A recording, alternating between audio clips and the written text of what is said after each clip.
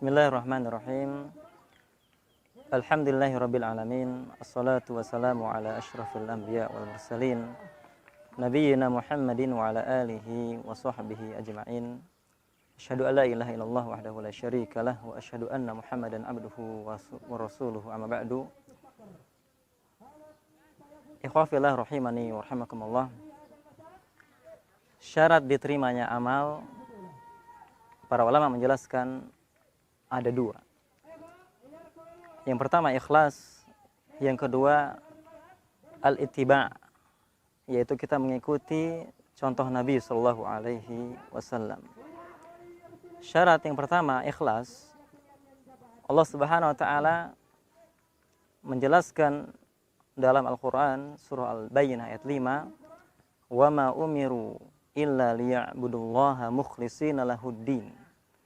Dan tidaklah mereka itu diperintahkan kecuali supaya mereka beribadah kepadanya dengan mengikhlaskan agama hanya kepadanya.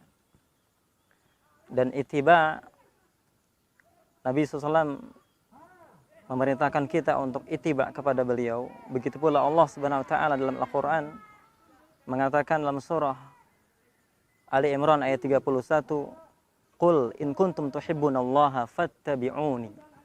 Katakanlah, jika engkau benar-benar mencintai Allah, maka ikutilah aku. Maka di sini perintah Allah Subhanahu wa taala kepada kita untuk ittiba', mengikuti contoh Nabi sallallahu alaihi wasallam dalam kita beribadah.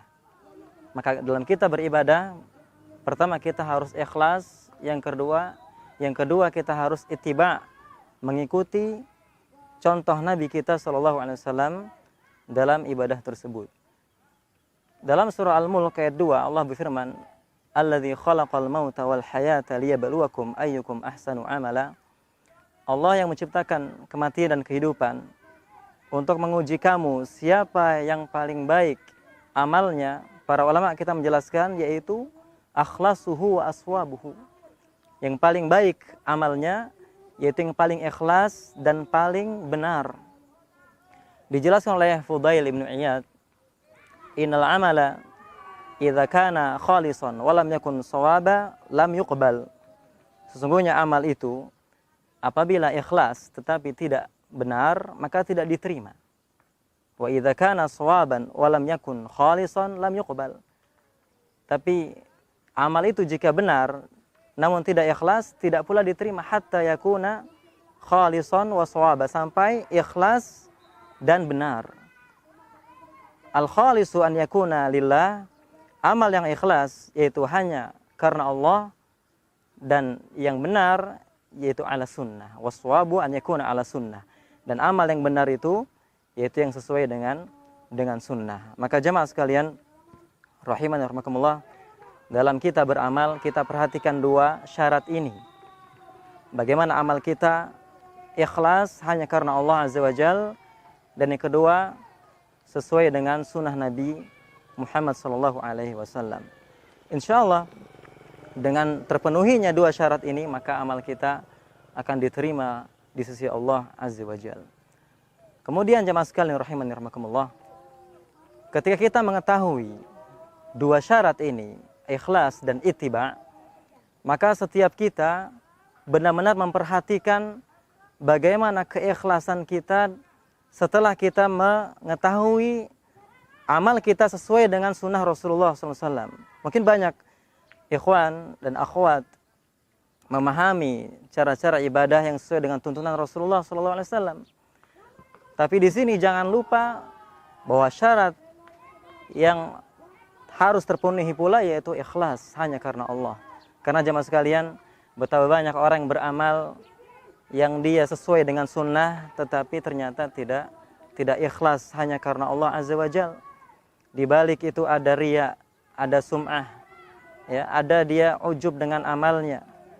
Maka setiap amal kita perhatikan dua syarat ini, yaitu ikhlas hanya karena Allah dan ittiba', mengikuti sunnah Rasulullah sallallahu alaihi wasallam. Bukan hanya sekedar kita mengilmui, tapi benar-benar kita praktekkan. Setiap kita salat, setiap kita beribadah dibutuhkan dua syarat ini.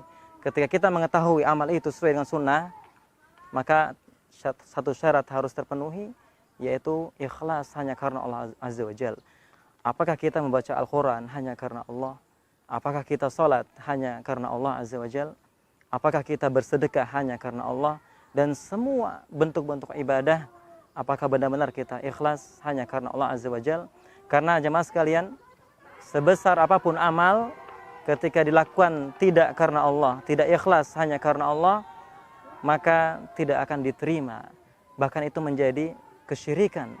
Yang Rasul kita SAW sangat mengkhawatirkan itu atas para sahabat. Begitu pula atas umat beliau secara umum.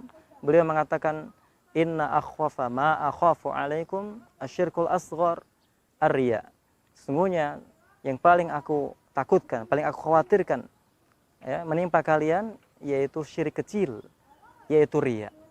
Jamaah rahimani rahimakumullah, bagaimana Rasulullah SAW mengkhawatirkan para sahabat terjatuh dalam riya, yang itu beliau katakan syirik kecil. Dan syirik, walaupun dikatakan asyirkul asghar, syirik kecil, maka dia adalah dosa yang besar. Maka sebesar apapun amal, ketika dia sudah sesuai sunnah, tapi ternyata dia tidak ikhlas, maka ini menjadi kesyirikan, menjadi dosa besar. Bukan berbuah pahala kepada orang yang beramal tadi, tetapi justru menjadi petaka, menjadi bencana, karena dia telah berbuat dosa yang besar sekali, yaitu syirik kecil. Jamaah rahimani rahimakumullah, semoga dengan kita mengilmui dua syarat diterimanya amal ini, benar-benar kita berusaha untuk praktekkan dalam setiap ibadah kita sesuai dengan sunnah. Yang kedua, ikhlas hanya karena Allah Azza wa Jalla. Semoga yang sedikit ini bermanfaat bagi kita semua sebagai pengingat dalam setiap langkah kita, dalam setiap ibadah kita kepada Allah Azza wa Jalla. Kita selalu perhatikan dua syarat ini, yaitu ikhlas dan ittiba, itu mengikuti sunnah Rasulullah sallallahu alaihi wasallam. Aqulu qawli hadza astaghfirullah li wa lakum wallahu a'lam walhamdulillahi rabbil alamin.